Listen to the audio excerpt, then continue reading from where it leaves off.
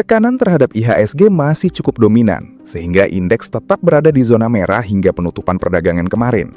Meski demikian, muncul tanda-tanda perlawanan pada sesi kedua yang menunjukkan adanya minat beli di level tertentu. Pergerakan selanjutnya akan menjadi penentu apakah IHSG siap membentuk titik balik atau reversal, atau justru melanjutkan tren pelemahan yang masih berlangsung.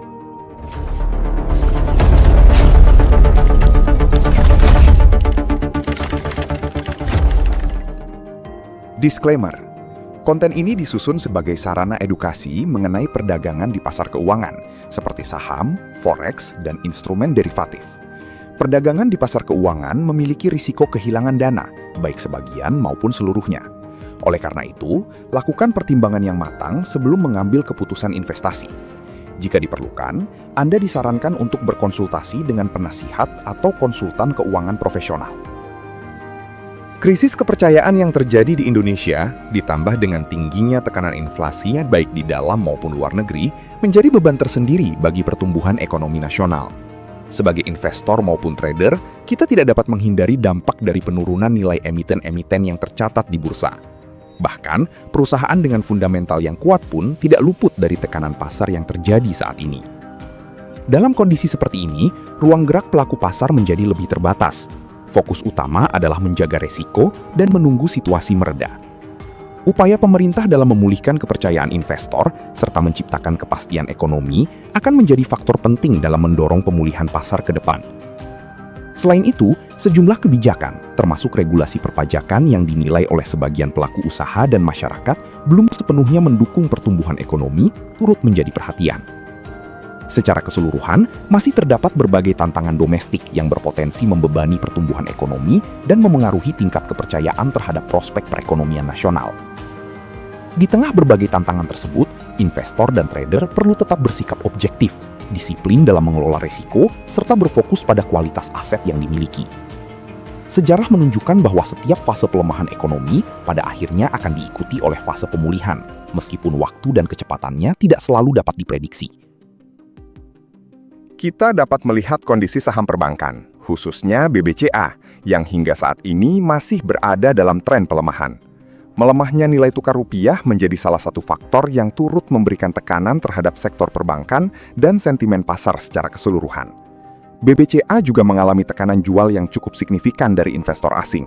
Meskipun investor domestik masih menunjukkan minat akumulasi dan berupaya menyerap pasokan saham yang dilepas ke pasar, besarnya volume penjualan dari investor asing membuat tekanan terhadap harga saham tetap dominan. Kondisi ini menunjukkan bahwa pergerakan harga dalam jangka pendek masih sangat dipengaruhi oleh arus dana asing dan sentimen makroekonomi.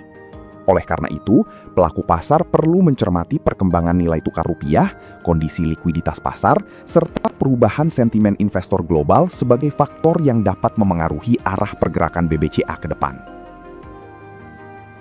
Kondisi serupa juga terlihat pada saham BMRI. Hingga saat ini, BMRI masih berada dalam tekanan yang cukup dalam, dengan penurunan harga yang telah melampaui 44% dari puncak performanya pada tahun 2025. Dari sisi valuasi, harga BMRI saat ini mungkin mulai terlihat menarik bagi sebagian investor karena telah terkoreksi cukup signifikan. Namun demikian, pendekatan yang lebih bijaksana adalah menunggu munculnya konfirmasi pembalikan arah, reversal, sebelum melakukan akumulasi. Secara teknikal, level support penting di area 4.000 telah berhasil ditembus. Kondisi ini menunjukkan bahwa tekanan jual masih mendominasi, dan risiko pelemahan lanjutan tetap perlu diperhitungkan. Oleh karena itu, melakukan akumulasi pada saat ini terasa kurang ideal, hingga terdapat sinyal yang lebih jelas bahwa tren penurunan telah berakhir dan momentum pembelian mulai kembali menguat. Dalam situasi pasar yang masih penuh ketidakpastian, menjaga disiplin dan kesabaran seringkali menjadi strategi yang lebih baik dibandingkan terburu-buru mencari harga terendah. Pasar akan selalu memberikan peluang baru ketika arah pergerakan yang lebih sehat dan terkonfirmasi mulai terbentuk. Hal menarik lainnya dapat diamati pada sektor logam mulia, khususnya saham Antam dan emas. Secara historis, ketika ketidakpastian ekonomi meningkat atau terjadi krisis, aset dan emiten yang terkait dengan logam mulia cenderung mendapatkan perhatian lebih dari investor. Kondisi ini biasanya semakin didukung oleh pelemahan nilai tukar rupiah yang dapat meningkatkan daya tarik emas sebagai aset lindung nilai, safe haven. Namun, pada kondisi saat ini, terlihat adanya anomali pasar. Meskipun sentimen makroekonomi relatif mendukung sektor logam mulia, pergerakan harga Antam belum menunjukkan penguatan yang signifikan. Sementara itu, saham emas justru sempat mengalami koreksi yang cukup berarti. Dari sudut pandang price action, emas mulai menunjukkan indikasi memasuki fase bearish setelah gagal mempertahankan momentum kenaikannya. Struktur harga yang terbentuk saat ini masih memperlihatkan dominasi tekanan jual, sehingga resiko pelemahan lanjutan tetap perlu diperhatikan. Dengan mempertimbangkan kondisi ekonomi yang masih kurang kondusif, serta belum adanya konfirmasi perubahan tren, pendekatan yang lebih konservatif adalah menunggu terjadinya breakout yang valid sebelum membuka posisi baru pada emas. Konfirmasi tersebut dapat menjadi sinyal bahwa minat beli mulai kembali mendominasi dan resiko terjebak dalam tren penurunan dapat diminimalkan. Dalam kondisi pasar seperti saat ini, kesabaran seringkali menjadi aset yang lebih berharga dibandingkan keberanian untuk masuk terlalu dini. Menunggu konfirmasi arah pergerakan harga dapat membantu investor dan trader memperoleh probabilitas transaksi yang lebih baik, serta pengelolaan risiko yang lebih terukur. Emiten lain yang tidak kalah menarik untuk dicermati dalam kondisi pasar saat ini adalah emiten yang bergerak di sektor komoditas, seperti batu bara, nikel, dan kelapa sawit. Sektor ini memiliki karakteristik yang berbeda dibandingkan sektor keuangan, karena kinerjanya sangat dipengaruhi oleh pergerakan harga komoditas global. Namun demikian, investor dan trader tetap perlu memperhatikan pergerakan harga pasar masing-masing emiten. Salah satu contohnya adalah PTBA. Setelah menunjukkan pergerakan bullish dalam beberapa hari sebelumnya, PTBA mengalami koreksi pada pekan ini. Koreksi tersebut belum tentu merupakan sinyal negatif. Dalam banyak kasus, koreksi yang sehat justru menjadi bagian dari proses pembentukan tren naik yang lebih kuat. Meski demikian, masih diperlukan konfirmasi dalam beberapa hari ke depan untuk memastikan bahwa momentum kenaikan tetap terjaga.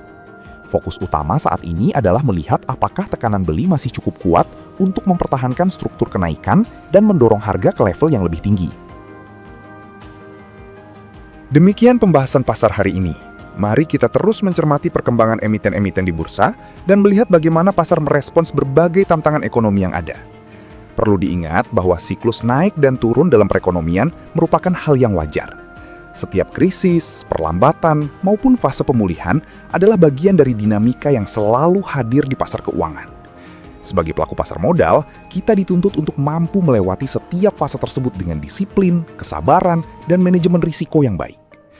Kita pernah menyaksikan bagaimana pasar menghadapi tekanan luar biasa pada masa pandemi COVID-19 beberapa tahun lalu.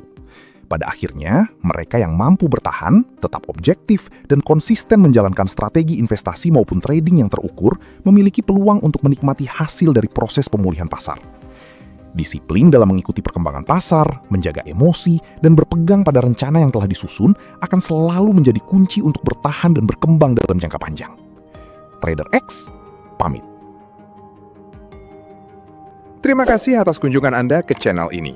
Jangan lupa untuk subscribe, like, dan share sebagai bentuk dukungan dalam pengembangan channel ini.